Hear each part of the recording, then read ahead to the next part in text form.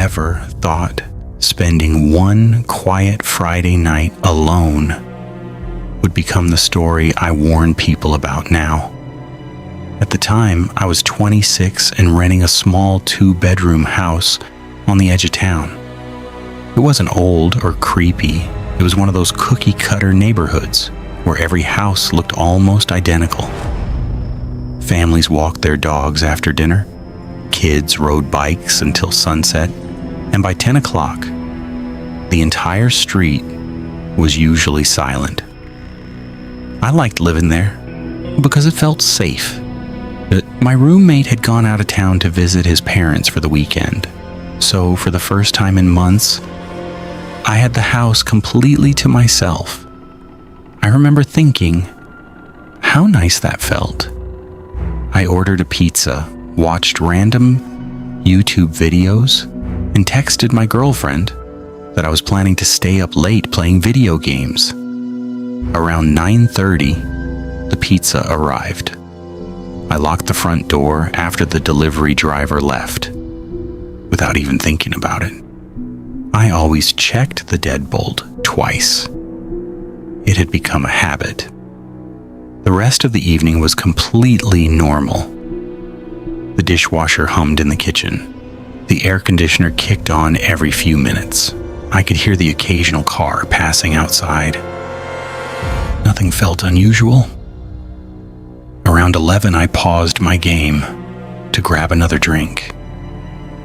As I walked into the kitchen, I noticed one of the cabinet doors was open. I stared at it for a second.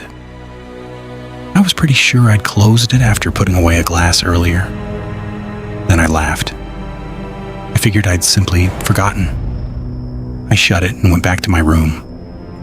That should have been the end of it. About 20 minutes later, I heard a dull thump somewhere in the house. Not loud, just thunk. I pulled off my headset and listened. Nothing.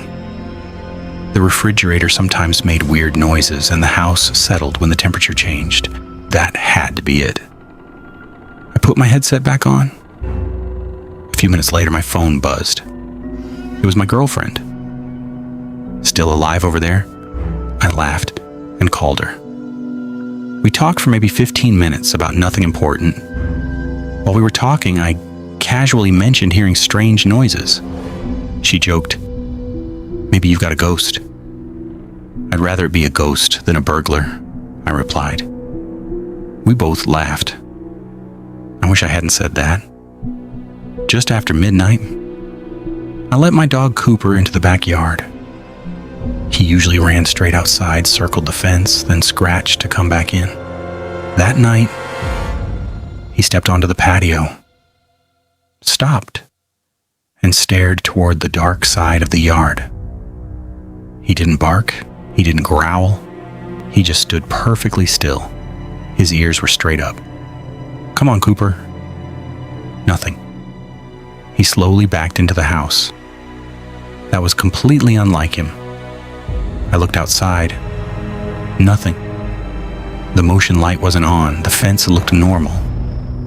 Eventually, I shrugged it off. Maybe there was a raccoon nearby. I locked the back door again. This time, I made sure it clicked. Around 12:30, I decided to shower before bed. Halfway through washing my hair, I thought I heard footsteps, very faint, almost covered by the sound of the water. I froze. The noise stopped. I turned off the shower. Silence. I stood there for almost a minute, convincing myself I was imagining things. Living alone for a weekend was obviously making me paranoid. I finished my shower. When I stepped into the hallway with my towel, the bathroom light suddenly went out. Complete darkness. My heart jumped. Then I remembered. The hallway switch sometimes stuck if you bumped it. I flipped it back on. Problem solved. At least, that's what I told myself. I got dressed and walked toward the kitchen. That's when I noticed it. The cabinet door was open again, the exact same one. This time, I knew I hadn't left it open. I slowly closed it. Then I checked every window, locked. Every door, locked. Nothing looked disturbed. I actually laughed at myself. You need sleep. I grabbed a bottle of water and headed toward my bedroom. Cooper was standing in the hallway, looking directly at the laundry room, completely motionless.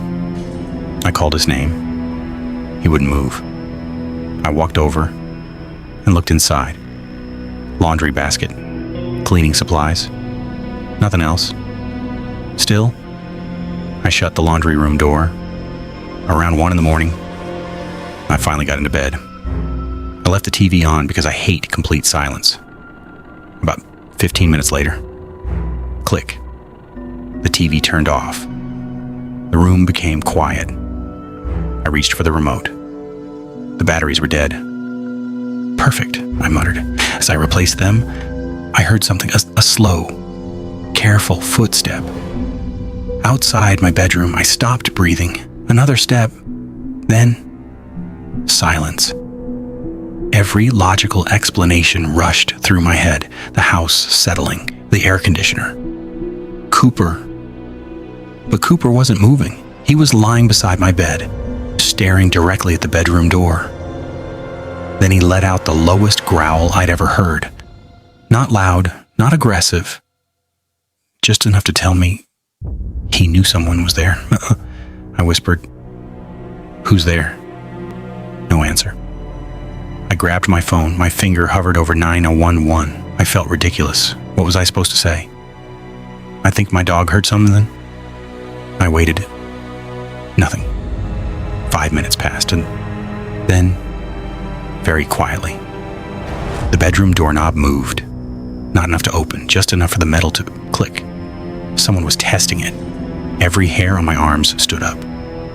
I locked the bedroom door without making a sound. Then, I dialed 911. The dispatcher answered. I whispered, "I think someone is inside my house."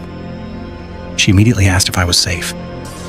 Before I could answer, I heard footsteps walking away from my bedroom. Slow, patiently, not running. Whoever it was knew I was awake. The dispatcher told me officers were on the way and asked me to stay on the line. The longest 5 minutes of my life followed. I could hear drawers opening somewhere, a cabinet closing, another soft footstep.